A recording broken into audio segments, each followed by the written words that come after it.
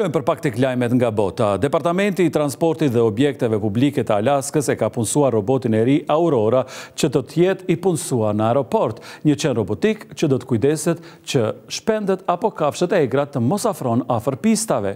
Roboti mund të maskohet si një kajot ose edhe një dhel për duke ndryshuar pamjen e tij. Qëllimi vetëm i kësaj është që të veprojë si një grabiçar pa pasur nevojë që të përdor mjete të forta për t'i larguar kafshët, pasi vitin e kaluar ka pasur 92 goditje kafshësh pranë aeroporteve në të gjithë Alaskën. Roboti kushtoi rreth 65.000 euro.